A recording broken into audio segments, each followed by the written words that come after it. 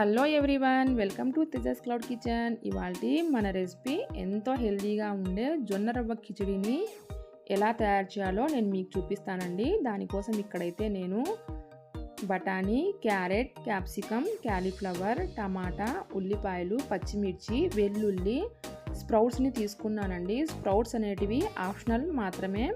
1 cup జొన్న రవ్వ, పావు కప్పు కందిపప్పు, 1 స్పూన్ అలసందలు అంటే బొబ్బర్లను తీసుకున్నానండి. ఇప్పుడు ఒక బౌల్లోకి జొన్న రవ్వ,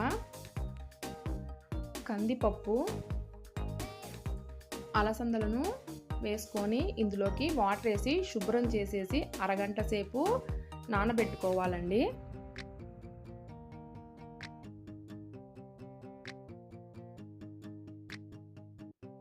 ఇప్పుడు స్టవ్ ఆన్ చేసి కుక్కర్ పెట్టేసుకొని అందులోకి 1 స్పూన్ బటర్ని తీసుకోవాలండి. బటర్ వద్దు అనుకుంటే ఆయిల్ని కూడా యూజ్ చేసుకోవచ్చండి. బటర్ ఈ విధంగా మెల్ట్ అయిపోయింది. ఇందులోకి 1/2 స్పూన్ జీలకర్ర, కట్ చేసి పెట్టేసుకున్న వెల్లుల్లి, పచ్చిమిర్చిని వేసేసి పచ్చి వాసన పోయే వరకు ఫ్రై చేసుకోవాలండి. ఇవి కొద్దిగా వేగిపోయాయి.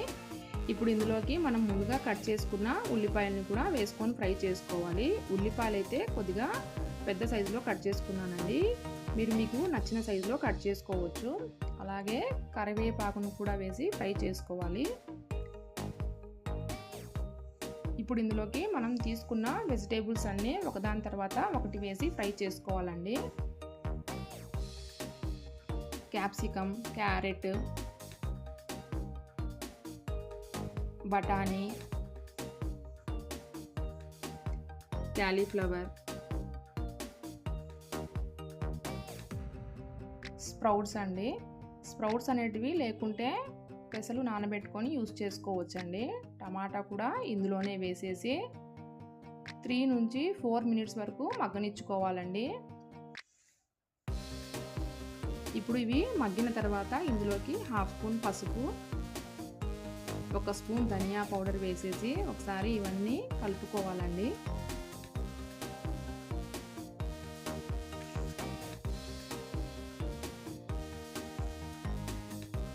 ఇవన్నీ బాగా మగ్గిపోయాయి.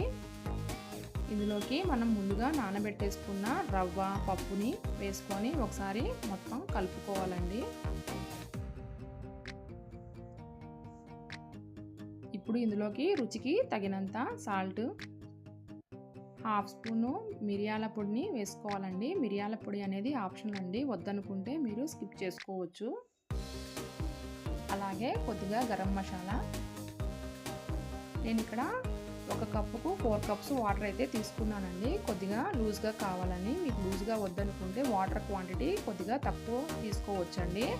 ఇప్పుడు ఇవన్నీ ఒకసారి కలిపేసేసి కుక్కర్ క్యాప్ పెట్టేసేసి 3 విజిల్స్ వచ్చే వరకు కుక్ చేసుకోవాలండి. ఇదిగోండి, ఎంతో రుచిగా ఉండే జొన్న రవ్వ కిచిడి అయితే రెడీ అయిపోయిందండి. ఇందులోకి మనం పప్పులు, వెజిటేబుల్స్ అన్నీ వేసాం కాబట్టి చాలా టేస్టీగా మరియు హెల్తీగా కూడా ఉంటుందండి. ఈ విధంగా మనం ప్రిపేర్ చేస్తే ఈ కిచిడిని పిల్లల నుంచి పెద్దల వరకు కూడా ఎంతో ఇష్టంగా తింటారండి.